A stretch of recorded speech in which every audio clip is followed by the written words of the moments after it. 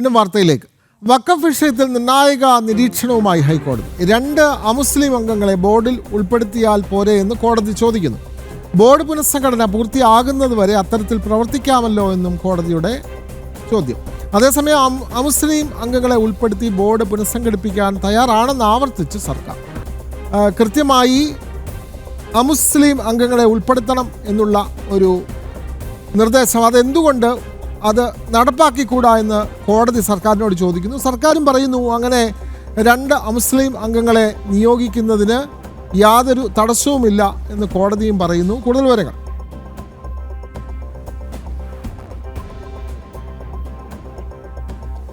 വിനോദ്, വഖഫ് ബോർഡിന്റെ പ്രവർത്തനങ്ങൾ തൽക്കാലത്തേക്ക് അത് സ്തംഭനം ഒഴിവാക്കുവാൻ വേണ്ടിയിട്ടാണ് ഇപ്പോൾ ഹൈക്കോടതി ചില നിർദ്ദേശങ്ങൾ മുന്നോട്ട് വെച്ചിട്ടുള്ളത്. അതായത് നിലവിലെ വഖഫ് ബോർഡിൽ 2 അമുസ്ലിം അംഗങ്ങളെ ഉൾപ്പെടുത്തിക്കൊണ്ട് കാര്യങ്ങൾ മുന്നോട്ട് പോയിക്കൂടെ എന്നുള്ളൊരു ചോദ്യമാണ് ഹൈക്കോടതി ഡിവിഷൻ ബെഞ്ചിന്റെ ഭാഗത്തുനിന്നും സർക്കാരിനോട് ഇന്ന് ഉണ്ടായത്. അതായത് ഈ വഖഫ് ബോർഡ് പുനഃസംഘടിപ്പിക്കും വരെ ഇത്തരത്തിൽ 2 അമുസ്ലിം അംഗങ്ങളെ കൂടി ഉൾപ്പെടുത്തി നിലവിലെ ബോർഡ് തുടരട്ടെ എന്നുള്ളൊരു നിലപാട് ഹൈക്കോടതി ആരാഞ്ഞിട്ടുണ്ട്. ഇക്കാര്യത്തിൽ സംസ്ഥാന സർക്കാർ ഇന്ന് ഹൈക്കോടതി അറിയിച്ചത് ചട്ടം 14 പ്രകാരം ഈ അമുസ്ലിം അംഗങ്ങളെ ഉൾപ്പെടുത്തിക്കൊണ്ട്, അതായത് 2025 വഖഫ് നിയമ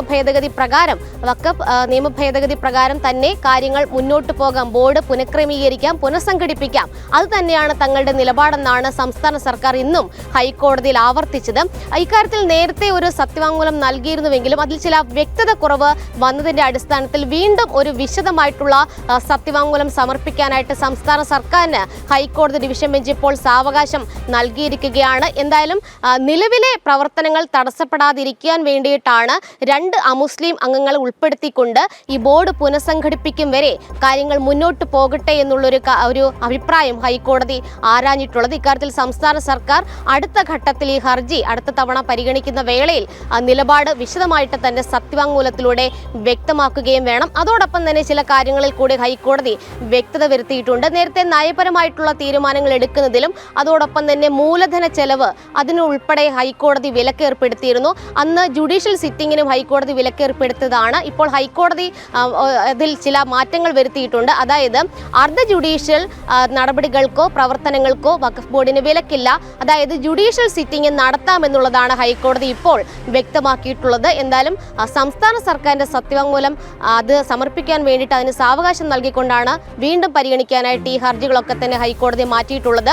BJP സംസ്ഥാന ഉപാധ്യക്ഷൻ ഷോൺ ജോർജ് ഉൾപ്പെടെയാണ് ഈ വഖഫ് ബോർഡ് പുനഃസംഘടിപ്പിക്കണമെന്ന് ആവശ്യപ്പെട്ടുകൊണ്ട്, അതായത് ഇത് മുസ്ലിം ഇതര അംഗങ്ങളെ ഉൾപ്പെടുത്തി പുനഃസംഘടിപ്പിക്കണമെന്ന് ആവശ്യപ്പെട്ടുകൊണ്ട് ഹൈക്കോടതിയിൽ ഹർജി നൽകിയത്. സംസ്ഥാന സർക്കാർ ഈ ചട്ടം 14 പ്രകാരം 2025 വഖഫ് നിയമ ഭേദഗതി പ്രകാരം ഈ ബോർഡ് പുനഃസംഘടിപ്പിക്കാം എന്നുള്ളൊരു നിലപാട് ഇന്നും ഹൈക്കോടതിയിൽ ആവർത്തിക്കുകയും ചെയ്തു. വിനോദ്, വ്യക്തമാണ്. വഖഫ് വിഷയത്തിലാണ് നിർണായക നിരീക്ഷണവുമായി ഹൈക്കോടതി ഇപ്പോൾ അഭിപ്രായം പറഞ്ഞിരിക്കുന്നത്. 2 അമുസ്ലിം അംഗങ്ങളെ ബോർഡിൽ ഉൾപ്പെടുത്തിയാൽ പോരെ എന്ന് കോടതി ചോദിക്കുന്നു.